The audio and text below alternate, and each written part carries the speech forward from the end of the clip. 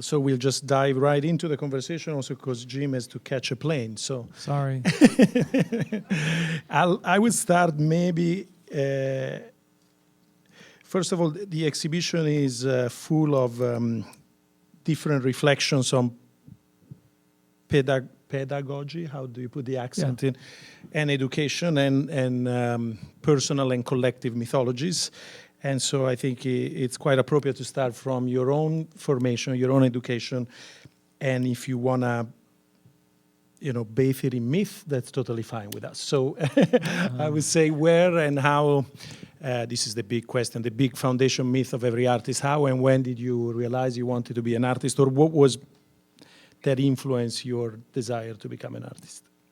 I was pretty good at drawing as a kid, and so I was totally interested in science, except I didn't know it was going to turn out to be all math, which I was terrible at. So I wanted to be a scientist when I was like in sixth grade, and then by 8th grade I realized this is all math problems. I was bored with it, but I like just reading stuff about weird things, scientific facts. And you were in a town that was very scientific, no? Which is Midland, Michigan. Midland, Michigan. This is some Dow Chemical Green. It says live Earth because Dow is so in favor of live Earths. And so how was, maybe we can talk about that. How was Midland in, let's say, mid-60s? It had a high concentration of people with PhDs in chemistry and chemical engineering.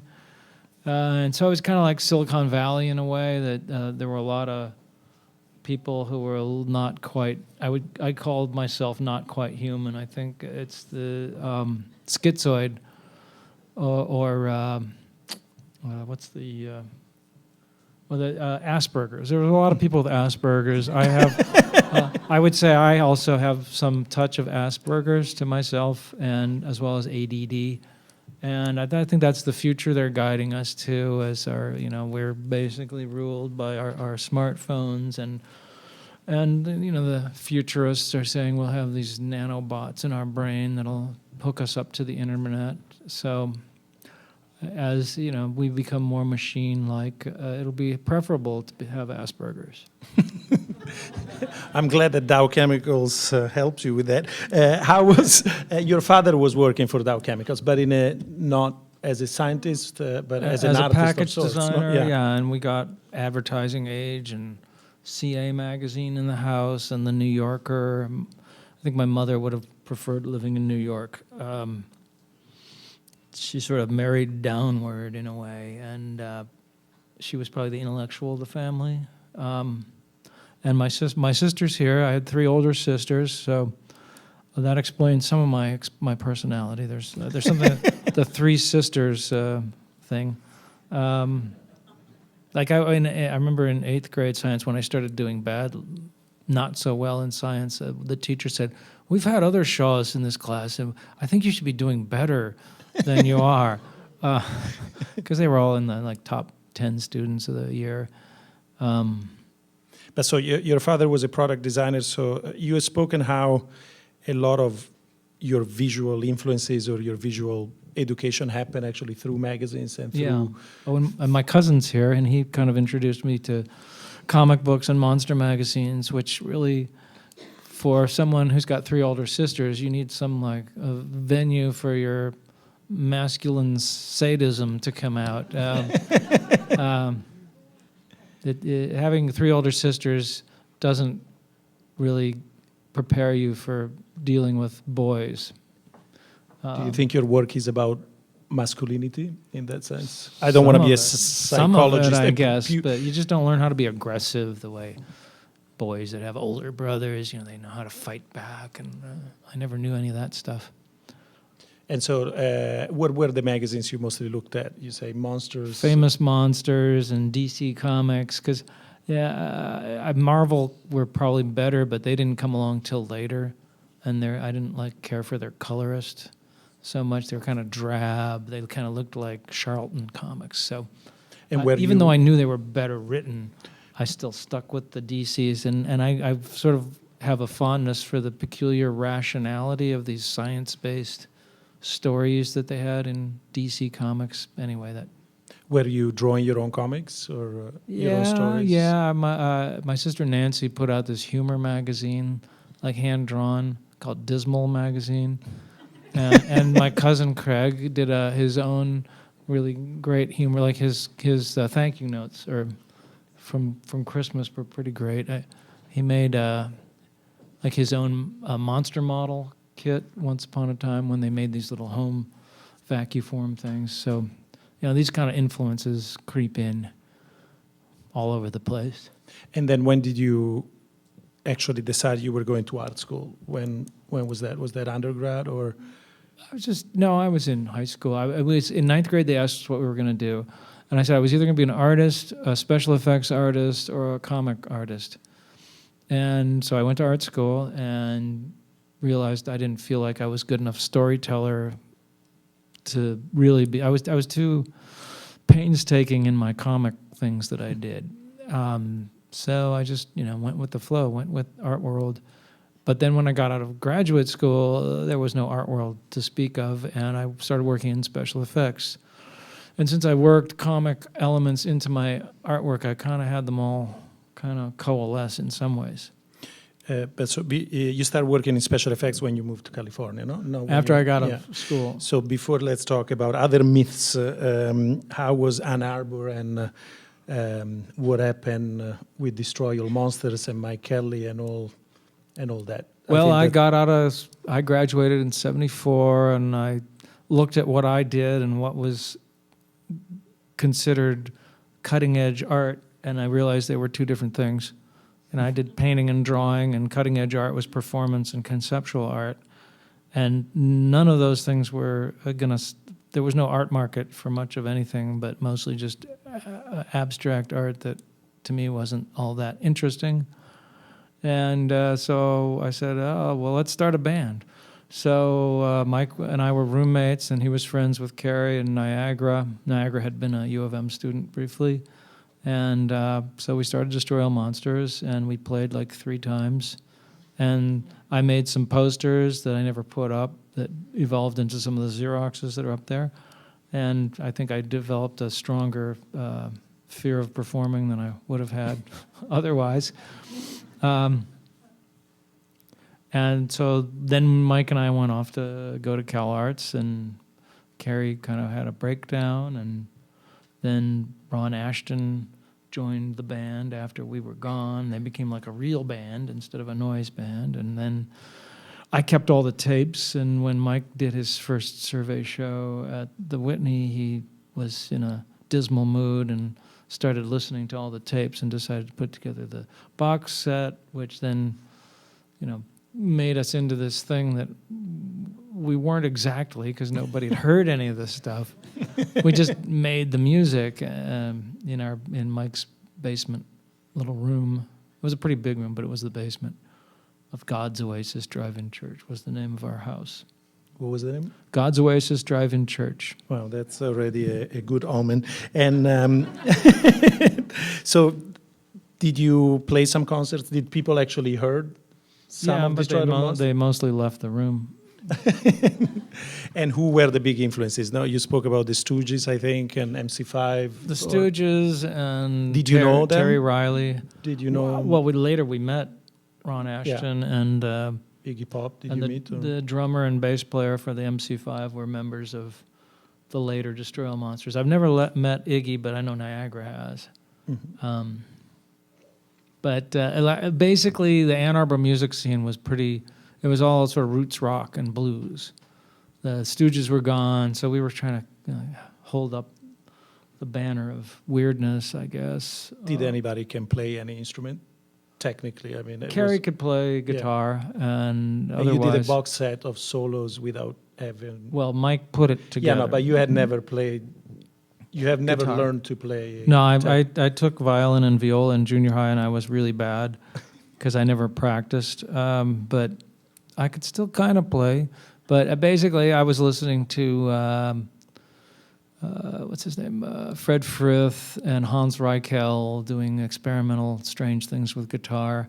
But I realized eventually I couldn't hear that anymore with all the other people playing. So I just kind of gave up. So by the time the Poetics formed at CalArts, I was sort of just a side member. And so you get to CalArts in which year? 76. And do you want to talk a little bit about the change and what was California like? Or if we're getting too nostalgic, you it was tell us, warmer. but it's And it was warmer. well, How were they with the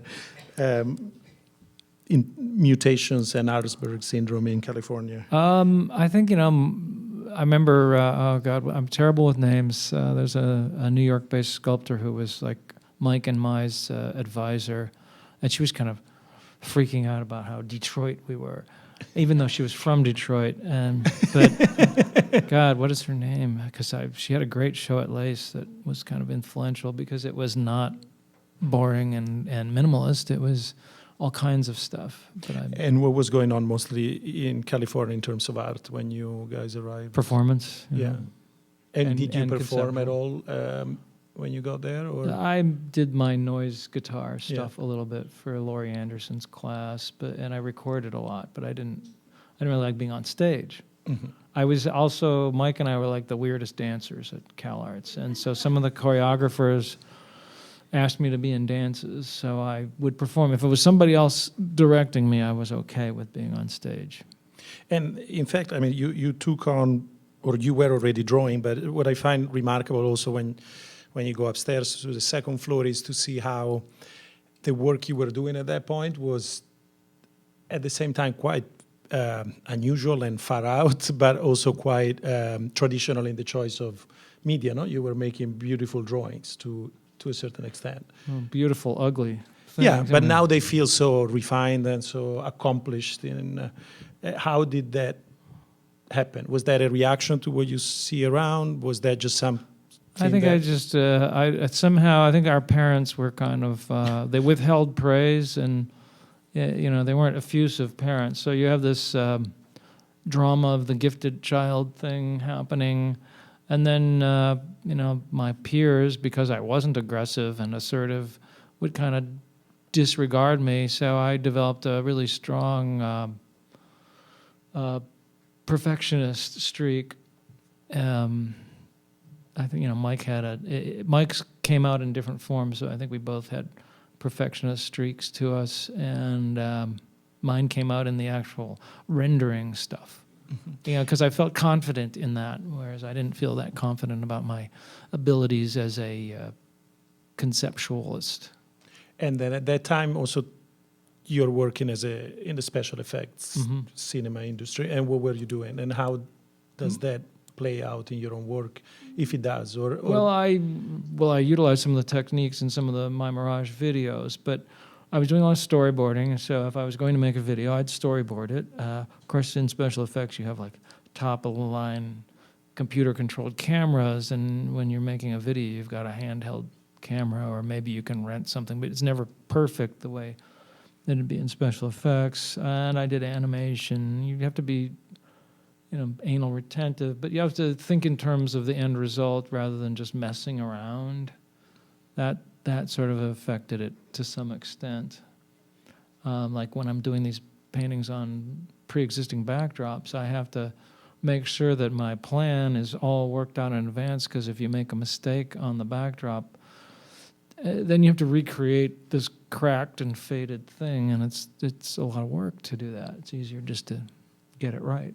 And I don't know what you were working on as a special effect. How do you call it? A special effectist or special effect artist? Were you working on any movie or commercials that somehow also resonated with what you liked? Well, I did. I put some subliminals into this one ad, but they were in like cuneiform and hieroglyphs. And then I found out that the director had done the exact same thing on some other one.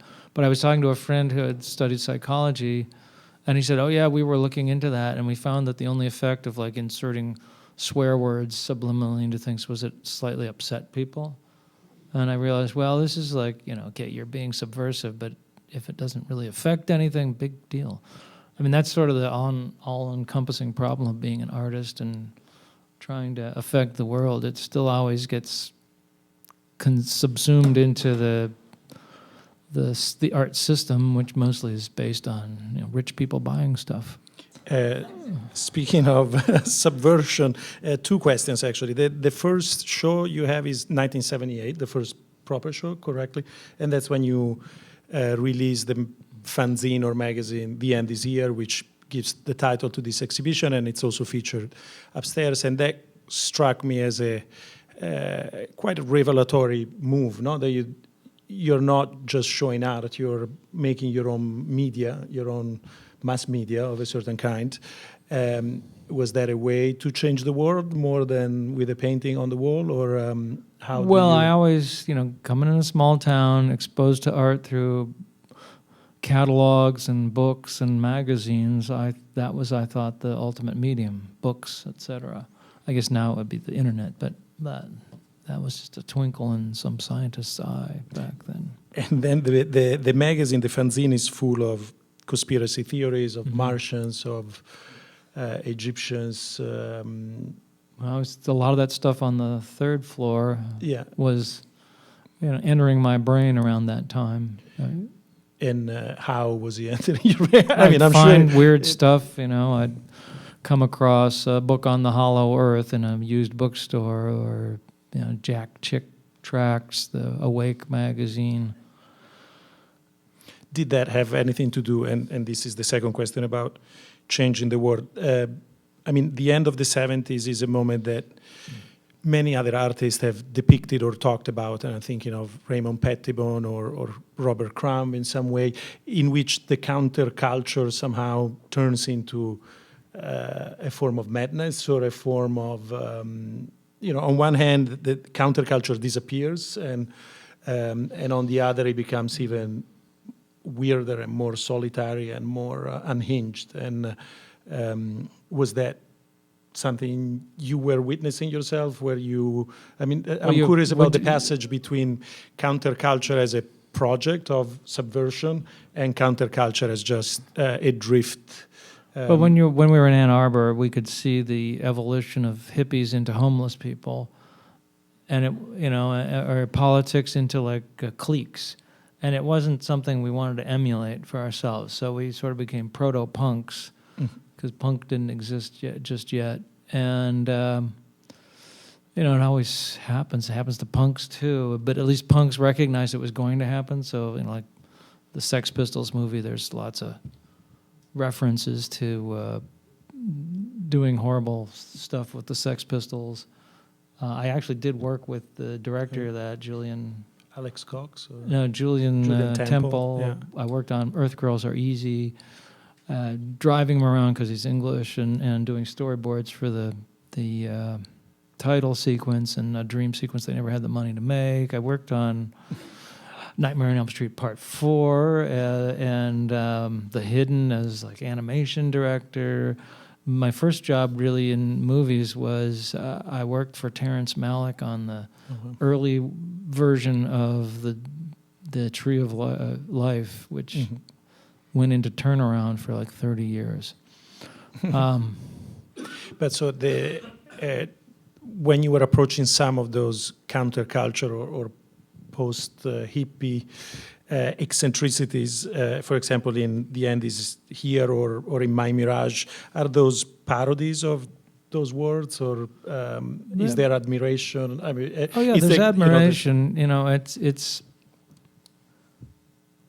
You can only be broke and hungry for so long before it gets old, unless you're William Blake. And I'm a little more middle class than that.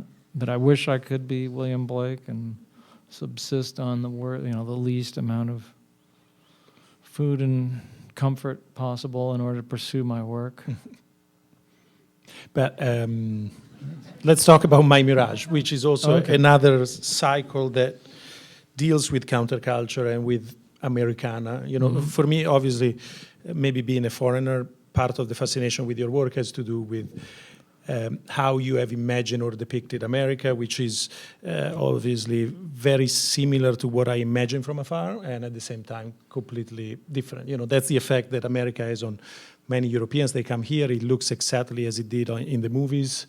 and yet even weirder. No, this and that's an experience I have with your work. And so My Mirage is this. I don't know how you would describe it. I think as a visual novel. That tells the story of an American boy and his adventures in counterculture, in religious fundamentalism.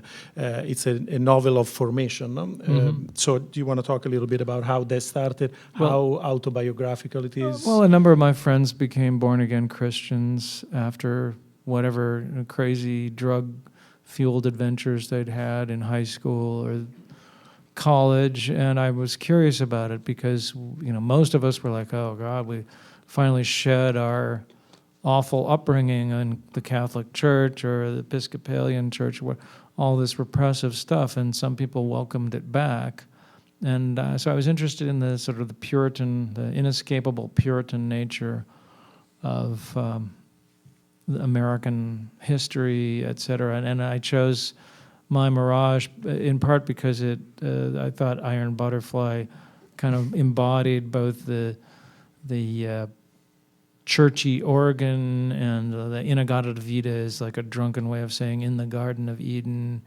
There's references, even though they were like, a psychedelic hippie band, it seemed to be like an echo forward of that. Or the Beach Boys who, went so far as to recording a Charles Manson song, and the Manson family lived at Dennis's house. And then they were like, without the Wilson brothers, performing at the Reagan White House years later. And then there's a shitload of Americana to their music, but, all this, again, the sort of barbershop quintet and choral, church choral aspects. So that was part of it, and I was also interested in the fact that somebody like Iron Butterfly would put out 2 or 3 great albums and then disappear off the face of the earth, and that was like it would happen to artists too in the period, and I was sort of interested in that sort of the flourishing of creativity that then disappears, and how much of that had to do with drug consumption, and how much of it just had to do with the nature of creativity. And I wanted to do something that utilized all of these different aesthetics. And actually, that's quite what is most impressive, I think, about My Mirage, because it's a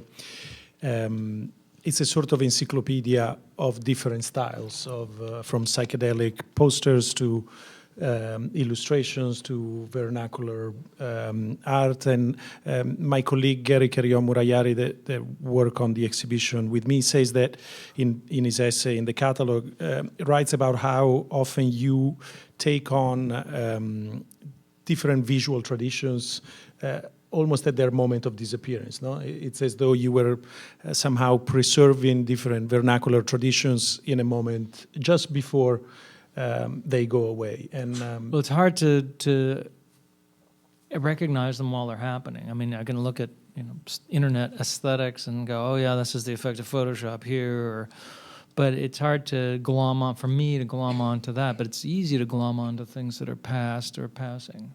But did you feel it was also a kind of nostalgia for that, or a mission of yours to preserve those kind of words that? I guess it's a kind of nostalgia. I like to pretend I'm not nostalgic, but I think everybody is to some extent. But the weird thing is that a lot of the elements that I would use again and again are from before my own sort of my own youth. They're stuff that was occurring in media when I was born or shortly thereafter, and it's the kind of stuff that R. Crumb would use in his brief collage period, and stuff that Rosenquist would be using, slightly out of date at the moment in the early 60s. So I'm like, in the early 60s, I'm 10, 8, 10, 12.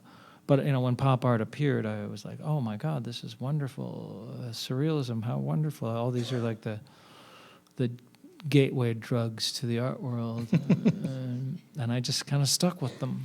And again, in My Mirage, there is this sheer technical accomplishment of you learning all these different styles. I think that's also quite impressive how you're sort of camouflaging in other people's styles and works and reworking them in your own Well, style. I wanted to learn stuff. I initially was going to do my own silk screening and printmaking, but that turned out to be a little hard. But everything else pretty much did by myself.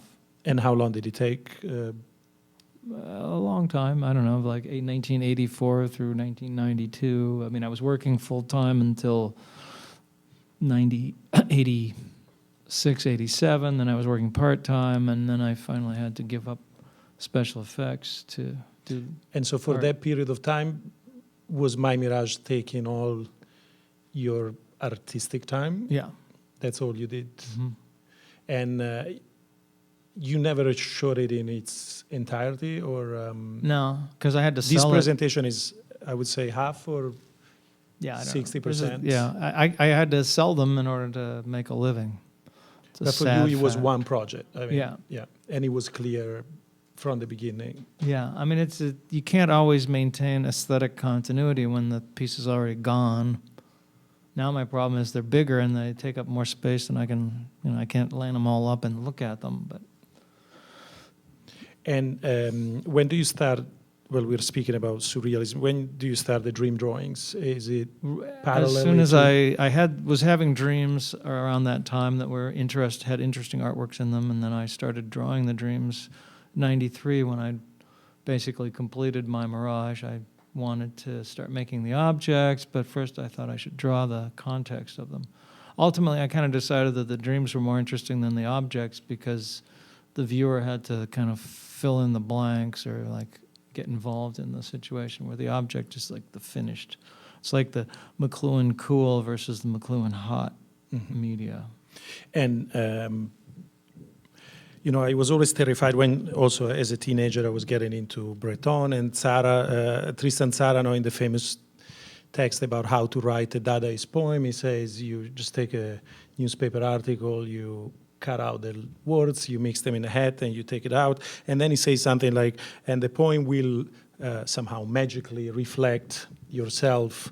And that always terrified me, because if you actually do it, the result is usually pretty bad. And unless you are Tzara or Breton. Or Burroughs. Yeah, kidding aside, I think what's most beautiful about your dream drawings, but also most terrifying, is that the deeper you dig in your unconscious, the more you realize that it's just like anybody else's. No, I think that's both the beauty and the terror of any self-discovery, is that you realize your own self is anyway colonized by Hollywood or by popular culture. And in that sense, it's a terrifying discovery that Mike Kelly also did around that time, or Paul McCarthy. I think many of your peers in California realized that maybe in the American unconscious there was more ketchup than blood, or more DC Comics than Oedipus. And so I'm just curious, how did the process of self-discovery played out for you? Did you discover anything? There is a famous comedian in Italy says the answer is inside you and it's wrong. So what was the... Well, I mean, there's stuff that was important, and then there's stuff that was mundane. Most dreams are pretty mundane, but when you have an important one, it tends to stick out and you tend to remember it. But it helps if you don't have to wake up and go to work every day, or wake up and get your kid to school every day, because you need a lot of rest to really like live in the dreams or mine the dreams the way I was doing. So that's another reason I stopped, is my daughter was born. And so how was the routine to make the dream drawings? You would go to bed? I tape record the dreams. As soon as you woke up, or also at night? At night or in the morning, because if you go back to sleep, then you forget it. So you would tape record it, and then you would transcribe it? I'd transcribe like a quickie version, then I might, if it was really hot, I'd draw it the same day, but usually it wasn't. The drawings are so detailed, or many of them are, were they done in one take, or you would do a storyboard and then...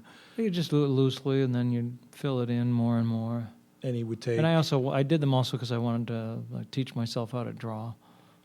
And how long would it take to make like a day? A day. So you would have to finish. I mean, was there a routine that was as strict as a non-Kawara date painting, or No. But anyway, so I did that for several years, and then I had to stop because I was starting to make the objects. Were you seeing and a also do shrink the before Oism. or after? Or? Yeah, I mean, that's what all those porno or the dirty dream drawings, those were just for my shrink. For or from? For. Oh, that's nice. Did she fire you? No, we both, I was considered cured, which is sort of a vague thing. I've lost touch with him. I don't know where he went. He's not like... Oh, he was a he, yeah. Yeah, he's not really on Facebook, so yeah. I don't know. I'm not either, so... Did he form a cult? I don't know. Well, psychiatry underwent a problem. The insurance companies decided that they could just have regular doctors prescribe Prozac for everything. So they stopped paying much into psychiatrists. So I think he had to go join a group thing and find a different way to make a living. Were you interested in, obviously you were interested in the tradition of surrealism, and particularly American surrealism, no? It's a passion of yours. Surrealism too. I'm just sort of interested in that the logical version of surrealism. But were you also interested in all the debates about anti-psychiatry and the kind of rebellion against notions and definitions of normality and sickness? Yeah, that was part of the whole hippie thing. I'm all in favor of Tom Cruise's point of view on, drugging your kids, but if you go to public school and your kid has ADD, they're going to be put on Ritalin regardless, but what happens to them afterwards, when they grow up? I don't know. Yeah. And how does this, how does this, the work with the dream drawings and earlier My Mirage intersect with your collections? When does, what we see now in the Hidden World on the third floor, it's a collections that develop in 30 years of interest and work. How do they overlap, if they do at all? And how did you think of them as projects, or it was just something you were doing? Which the Hidden World? No, it was just stuff I was interested in, stuff I'd find and go, oh, that's neat. And being an anal retentive person, I'd collect it. I'm trying to overcome that now. And the anal retentiveness? The collector thing. But now you can collect images on the internet and it doesn't take up room and get dusty. It may disappear. Would you use them? Were they also source material for your work? Or Yeah, not so much for the dream drawings, but for the later works. The stuff that was done on backdrops and the stuff I'm doing now are affected. And Oism, of course, it was research for Oism. And when did you realize that he had reached a kind of critical mass and it could be shown? I think when what's his name? Marc Olivier asked me to do something. Well, when I did the show at the 2002, I did a show at the Swiss Institute that he was curating of this Oist artist's work that I'd made up, was an abstract painter, but he'd worked as an illustrator. And he asked me if I had any ideas for shows, and I thought, I'd love to get a show of all the original artwork by the Jehovah's Witnesses, who are just across the river in Brooklyn, and of Netter's artwork, and this stuff. I never achieved that, and I don't know that the Jehovah's Witnesses would loan out their artwork for such a show, but I thought to do a show of this these different approaches to didactic art would be interesting, but it's a lot easier just to show the propaganda. Mm-hmm. And for me, obviously, those two projects, the Hidden World and the thrift store paintings, are two of somehow the most interesting turning points in your career and also in my understanding or thinking of what exhibitions can be. I think the thrift store paintings, which I didn't see when they were first in New York in 1991, I think, Metro Pictures, they were a kind of watershed moment for many painters. I don't know if they acknowledge it or not, but I think the generation of John Curring and such clearly took a big hit out of that exhibition. And for curators, I think it was, or at least for me, it was a transformative moment because it demonstrated that there were other shows that could be made, that the barriers between professional art and so-called outsider art were more complicated than it was accepted, and more generally that there were ways to look at visual culture that were more they were not patronizing, they were actually endearing. And so I'm curious, now maybe we can talk a little bit about the thrift store painting and how did that come about, and when did you start buying them or collecting them? The first one I found was this 4 by 6 foot painting of a Breck girl in a thrift store, and it was too big to drag out from Michigan. There's one of a sort of a black canvas with these colorful organic forms. That was the first one that's in the show here that I went, oh my God, this is great. And then the one with the balding man and the little girl with the spilled wine was another early find where there's all of this, hidden storyline packed into the image, and you get to project onto it what you imagine. So it involves you subconsciously. But frankly, when it came to Metro Pictures, it hadn't occurred to me that the context of Soho in New York would be that much different from the context of a public art space at the Brand Library in Glendale. And it clearly it was. It wasn't like a planned assault on the art world. But also, we spoke about this at the beginning of as we start thinking about the show, that for me, to a certain extent, the thrift store paintings are also an artwork of yours. No, they're ready-made of some sorts. You don't think... I think of myself as a curator Yeah. of the work. All I did was not include all the stuff I thought wasn't interesting. Yeah, But somebody else made all of it, not me. yeah. Unless you're talking about the fake Oist ones. But No, but and that's also something that strikes me about how, in some cases, you try to buy more than one piece by each artist, which I think signals. well, if I found them, Yeah, it's but it rare. also signals a sincere interest in the work. It's not just it's not a collage that you're making with other people's work. No. It's so maybe are there artists, particularly in this group, clearly the artist who makes the naked first ladies. Who are the others that are more interesting? Or like roll. There's 2 by roll, but I think there were 7. There were a lot more in that thrift store, but I couldn't afford them. I try to keep things down to $25 or less.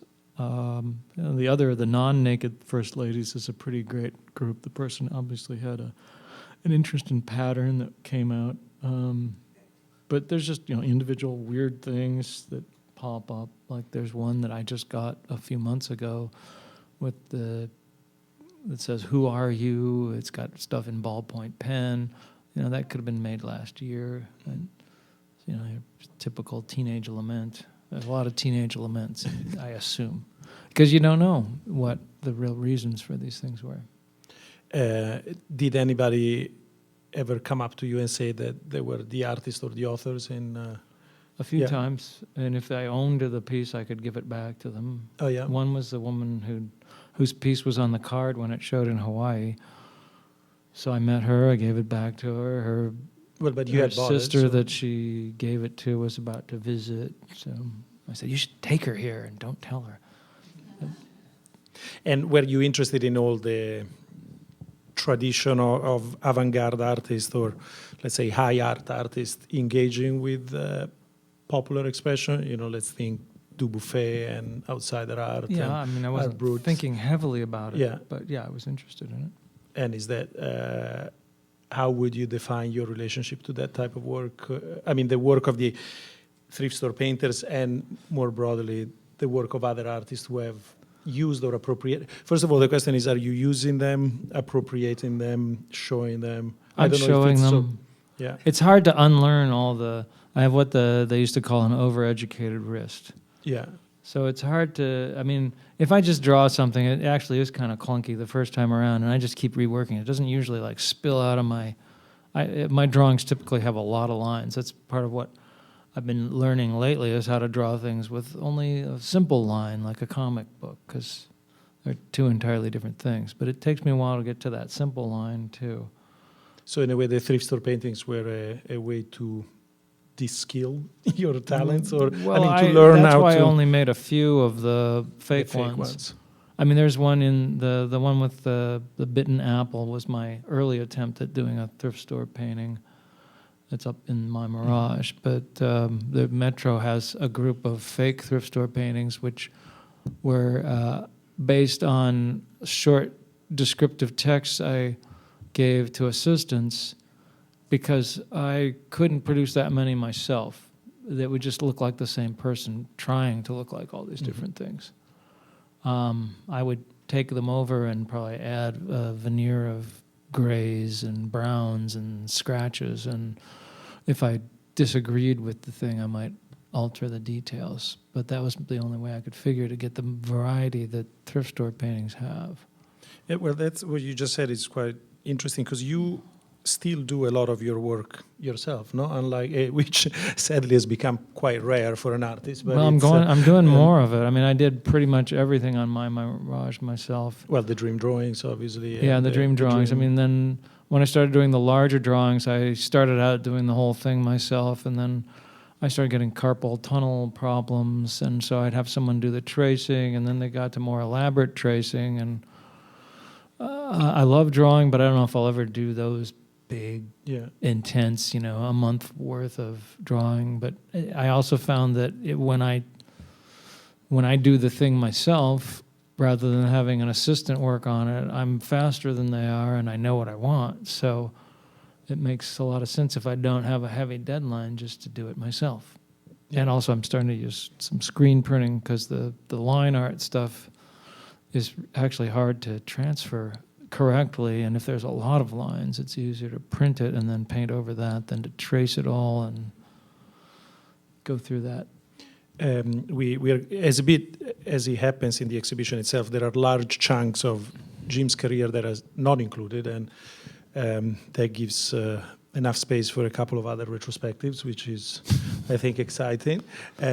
But so let's keep to the most recent works, or anyway, actually to the works that are exhibited on the 4th floor. Maybe you want to talk a little more about those, which are these large banners. Also, speaking of how Jim's work, I've been to his studio, and the wall onto which those large, gigantic banners are painted, I think, is no longer than 15 feet, no? It's about 18 feet. 18 but feet. You can't get it every foot because there's so much crap in the way. So the way those banners are painted, it's quite fascinating. They're folded, and so that a surface of roughly, I would say, 12 by 12 feet is visible, and Jim paints over these backdrops. And my assistant, Scott Cassidy, would work on those too. And then the painting is folded in another configuration so that it can paint another section. And so, in fact, you haven't seen basically these finished paintings until we hang them, no? Is that a form of exquisite corpse with yourself in a way? Or it could be. I don't really intend to do any more large, giant paintings because, that's a lot of time and agony for an unsellable thing that is hard to do in my space.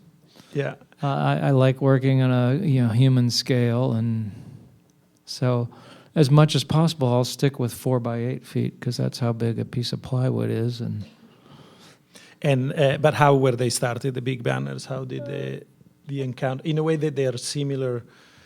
It was during the Bush re-election, the phony war, my reaction to all the war shit that was going on, and I was finding with helping my wife, who's Marnie Weber, she's makes a lot of videos, so she was looking for backdrops, and we found these ones that were for sale, and I looked at them and I went, shit, these are interesting. They're all Americana, and I wanted to work in this relationship to sort of the Reagan mythology that had been plastered all over this false history of America into the works, and the fact that they were falling apart was nice too. I mean, I like the contrast of my slick stuff on top of this slick at a different scale but falling apart and dusty thing. And they're also, I mean, obviously they're made for theaters or cinema. Mostly theaters. But they have something, maybe the way they've aged, they look also like educational. Depends on the backdrop. No. Some are better than others. And they also look authentic, which is quite bizarre. No, they were made for fiction, but now they look really real and really American. And I don't know if that's part of... Years ago, I remember being sort of inspired watching the Scorsese Cape Fear. There's a scene that takes place in the like auditorium with all these cutouts, and I was thinking in Oism that I would do something that was like all these Christian musicals I was finding of a Oist musical, and I would represent it with these cutouts. But also, I had a TA, Catherine Sullivan, who did this piece that was utilizing theater language, and I know that Mike was kind of influenced by that too. And ultimately, I think Mike did it with Day Is Done, and I never did it. But the fourth floor piece involves the cutouts, and I like that. I mean, Tony Ausler also did some great cutout pieces. And the cutout, like the ones we have on the fourth floor, the labyrinth. Those were born as cutouts. How did the process start? Well, it started out. Was it for a show or? Yeah, my friend Fabrice Straun asked me if I'd be interested in doing something that was going to be in front of a Picasso backdrop for this show in Toulouse, and I said, I guess so, because it was kind of pretentious of me to think I could improve on the Picasso. And I started thinking about it, and I started integrating what little I knew about the Picasso, which was that it involved a tarot card image from the Sun card, and then I found out it was for a musical about the power of the people to affect political change. And since I was already thinking about utilizing the tarot imagery from Led Zeppelin in there, I started thinking about how the ocean, which is their name for the crowd, kind of represented the decline of political power in the rock and roll sphere, which Adorno would have thought was fascistic anyway. But I had sort of a ambivalent relationship to the power of the people to affect political change. And then they said, though, there's going to be the Salvador Dali backdrop, and suddenly I started working in the Spanish Civil War and elements of the French Revolution and all this art historical stuff, but it also all went back to where I turned away from political art. Was a lot of the students of Borowski at Cal Arts did some pretty bad political murals on the walls there.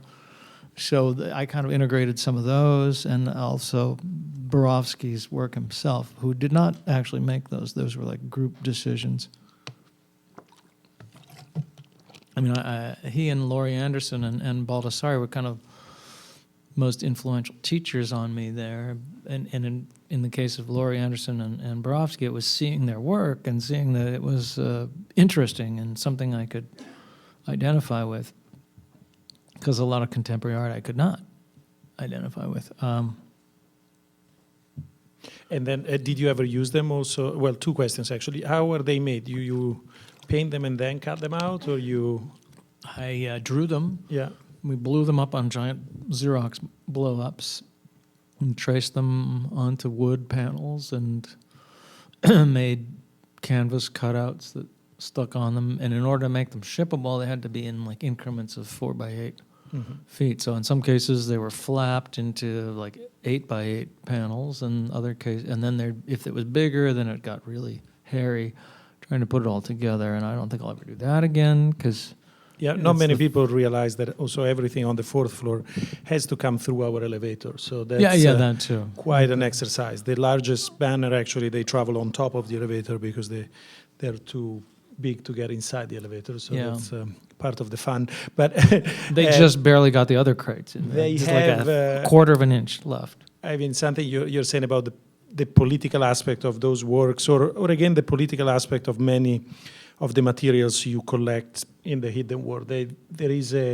on one hand, a sort of declamatory quality to the most recent work, particularly the cutouts and the big banners. No, they very much address the viewer as a speech in a form, or as well, I was thinking about when you're working that big, when you're working on something that's 20 feet high by 48 feet wide.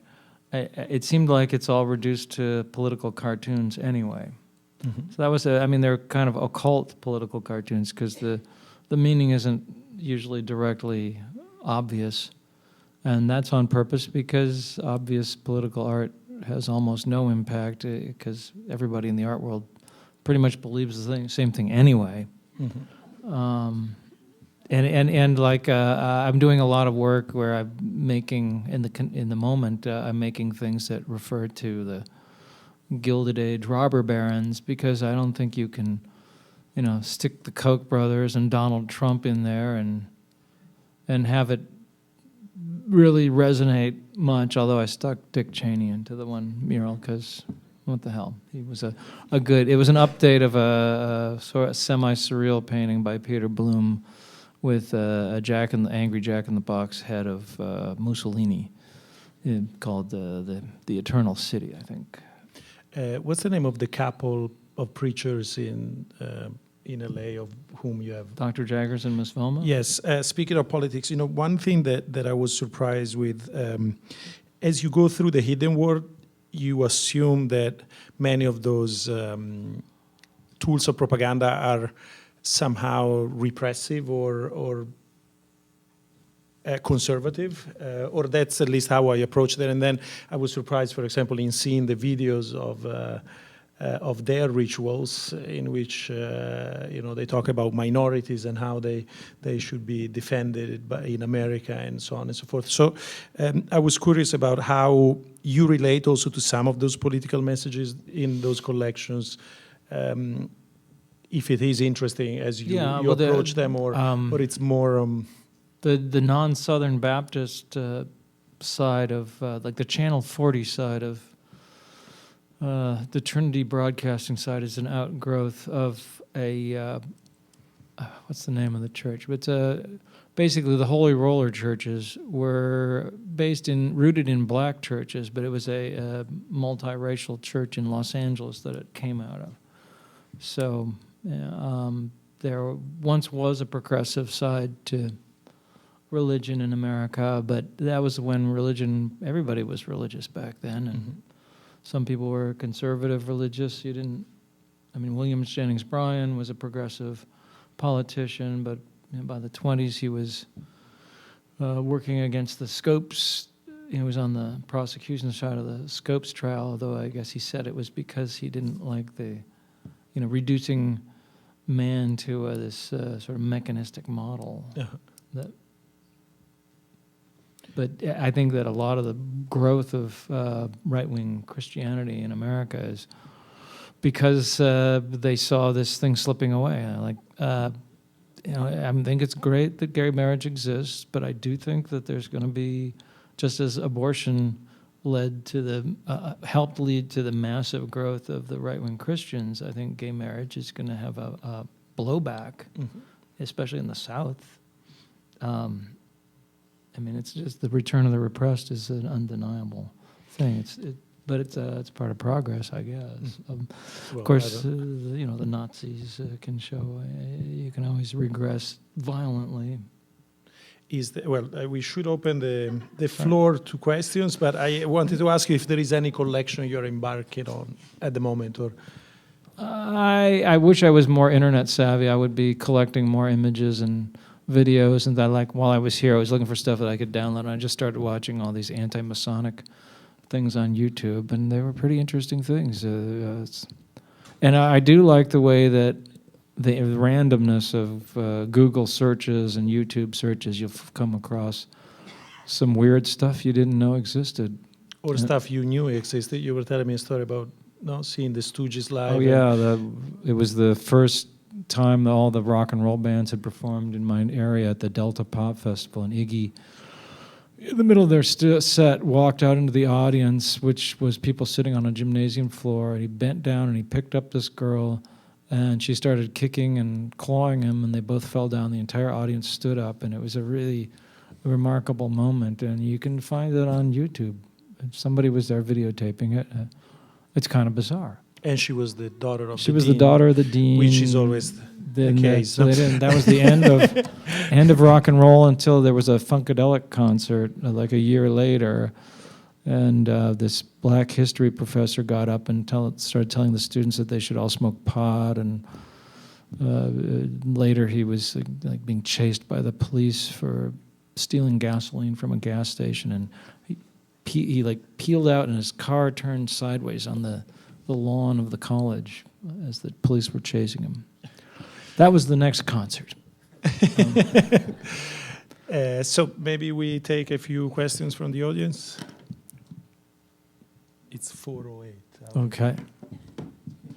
We have a microphone, I think, and we have a question right here in the front.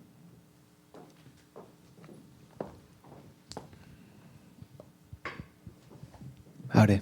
Hi. Can you speak a little bit about the Oist religion? And Well, I wanted to make up sort of like a science fiction. I was curious what the aesthetics of a non-Christian religion were, but then as I started working on it, I realized it was almost impossible to avoid Christianity. But I thought if I stretched the time period when it was formed to involve the beginnings of theosophy, at least there could be cross influences. But I was thinking about the burnt-over district in upstate New York and Pennsylvania and all of the crazy religious compounds that had evolved there. And obviously, the Mormons would be number one, but there's a lot of others. And, Scientology interested me. I like the idea of just making up your own history and your own mythologies.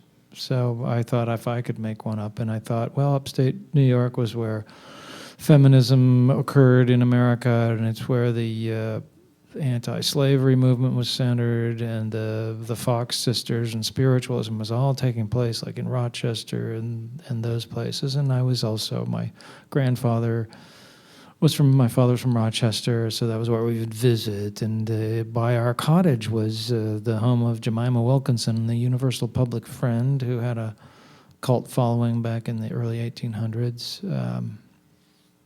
And so I just started evolving this strange religion that was supposed to sort of still exist in Omaha after having fled eastward to Chicago and being kind of bifurcated by the Great Chicago Fire. And I still keep on intending to record an Oist prog rock opera, but I need some extra time, and I don't ever have that because the rendering takes so much time, especially if I don't have assistance, which I'm trying not to have.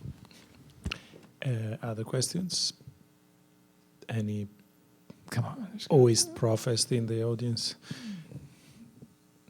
There's got to be some.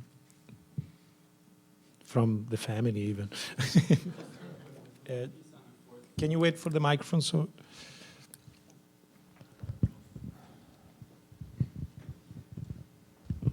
The one piece on the fourth floor, were you referencing Guernica? Oh, yeah. I was referencing lots of political art from Bill Malden. I mean, not Bill Malden. Herb Bloch was sort of my generic American political cartoonist. I was referencing this piece of earth art that David did for the government, Revolutionary Government of America, and the Fireside Angel by Ernst, and the Dali's Premonition of a Civil War is sort of combined with Guernica. And then it's also a little bit in the piece on the side with the superheroes that are being, I mean, how can you avoid Guernica? It's like the go-to thing. And to me, that the inspiration for Guernica was the horribleness of the Nazis bombing this poor village in Spain. And to me, what are our drones doing to poor villages and wedding parties in Afghanistan, et cetera?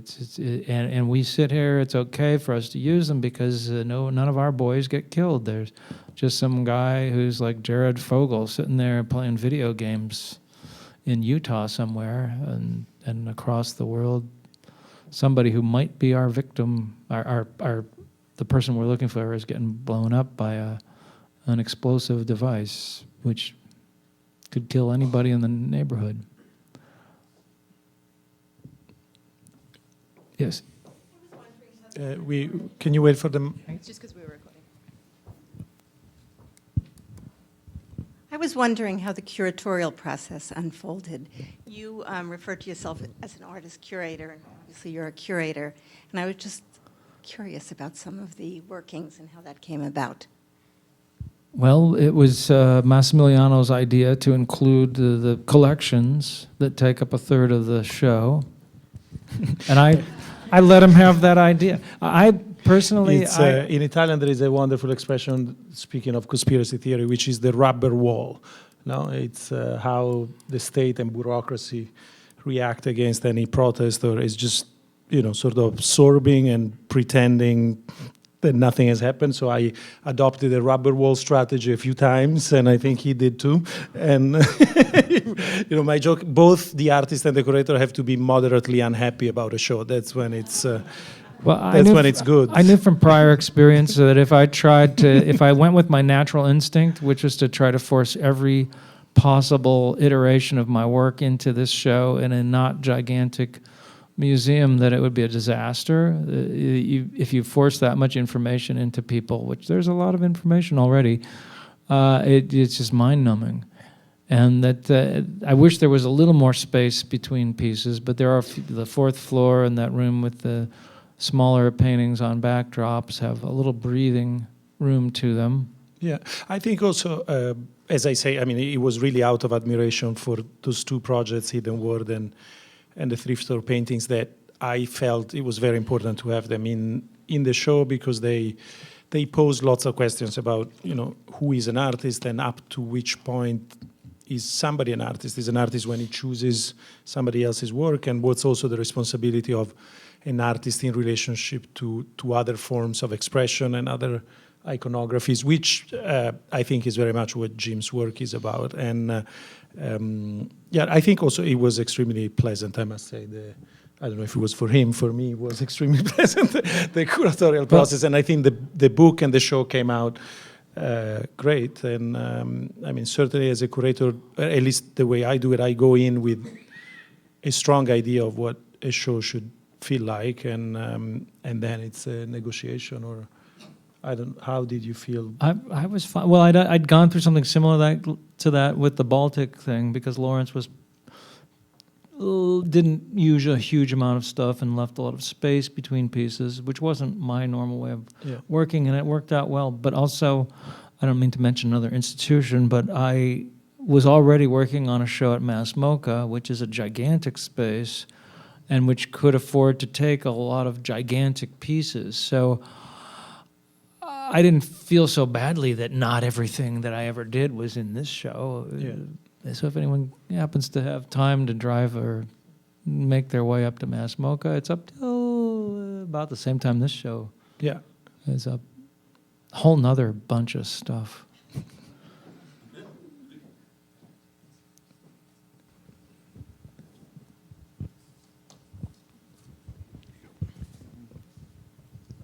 Your grandfather, Walt Shaw, was an illustrator and artist, and I was wondering if you see any carryover from his work to yours. Well, obviously it influenced me. And also I think he helped make sure that I could go to art school. Because it does, to your average American, it seems like a waste of money.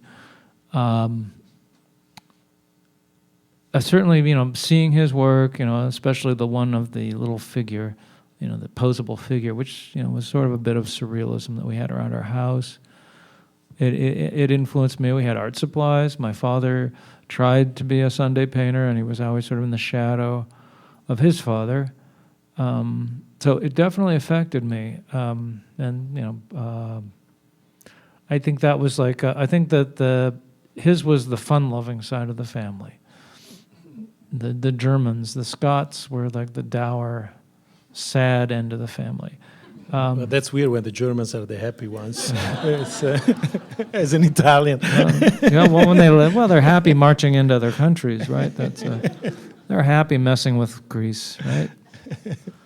I'm trying to think of other. I was influenced by Craig. I was influenced by my sisters. Influenced by Charles Adams, in the New Yorker.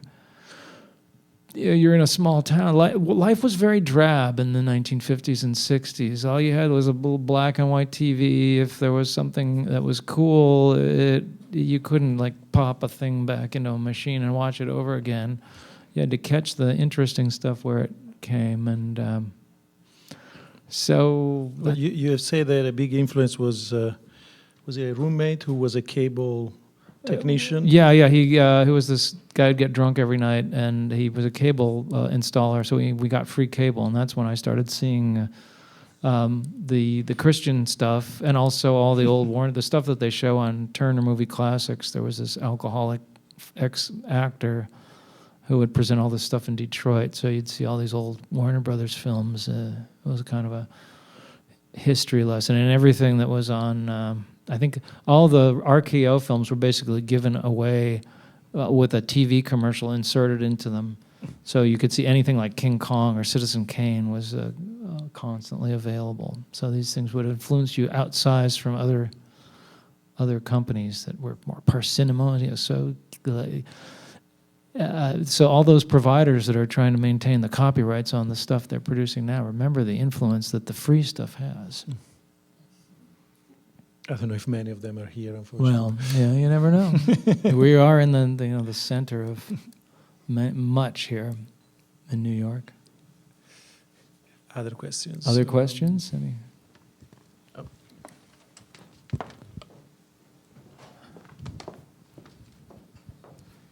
Well, I really enjoyed the religious talk that you gave, the video upstairs, and I was sort of made a mental comparison to some of Mike Kelly's films that were out. We saw it at PS1 at his retrospective, and he had schoolrooms, classrooms, and crazy sort of satirical videos about institutions in this country.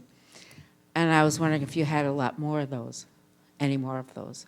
Well, of videos that I'd made? Yeah. Well, there's like 3 Oist videos, and there's the 4 My Mirage. There's a 5th I never finished that was like a Ray Harryhausen film. Basically, every time I get an idea for a video, I kind of curse myself because I know it's going to be a long slog of writing and cost time and money and all that stuff. And it has to be really a good, I hope it's a good idea. I mean, the ones that are in My Mirage were very mapped out and meaningful. The Oist ones are almost a little more random. And I may come up with more in the future. I know Mike's he went to Catholic school, so of course that's even more repressive than, the public school is mostly just it's dull and boring. Art school is like we'd hear rumors about Art Center that they would throw your work on the floor and say it sucks, but in most art schools it's like they just don't talk about it if they don't like it. And it's a passive-aggressive way, and that's the way they keep all the interesting stuff buried. That's the way I've experienced it.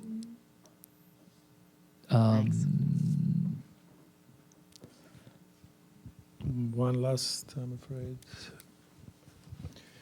Oh, by the way, wasn't the war supposed to end yesterday? No, the 7th. The 7th. We found a flyer as we were working on the show that said that, it was very likely that the war would end on the 7th, and luckily. But they had also made that prediction in 2011, and then 1,600 days had to pass by, they said.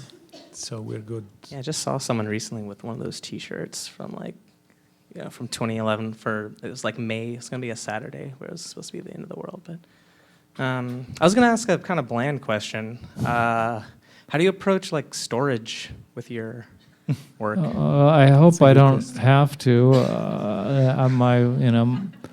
My wife is someone who throws things away, and I'm someone who keeps things. But I live in a neighborhood that used to, before it started gentrifying, had a lot of pack rats in it, and I'm not eager to make my family go through my crap when I die.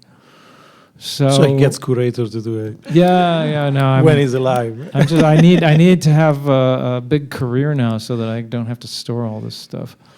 But when I was younger, I just did small work. I could just smuggle a whole dream drawing show into Europe with my pad of paper.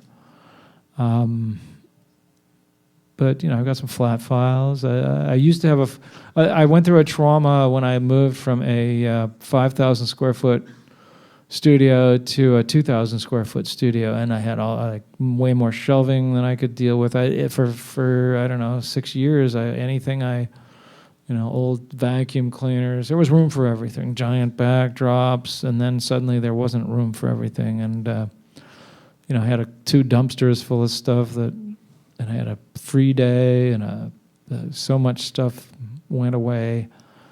And so far I haven't actually needed the vast majority of that, but there's always that hoarder's nightmare that you're going to need that thing. I must say also the interesting thing with the hidden world, it doesn't take up so much space. No, it came in one crate. It's and I don't know if Jim organized it or somebody else did, but it's quite compact, which I think is interesting. And also more generally, one aspect that I love of the work is, it's like good rock and roll. It takes a pencil and a piece of paper or a canvas and a brush to make it. It's not overproduced, which I think it's remarkable on the 4th floor, now that you can get so much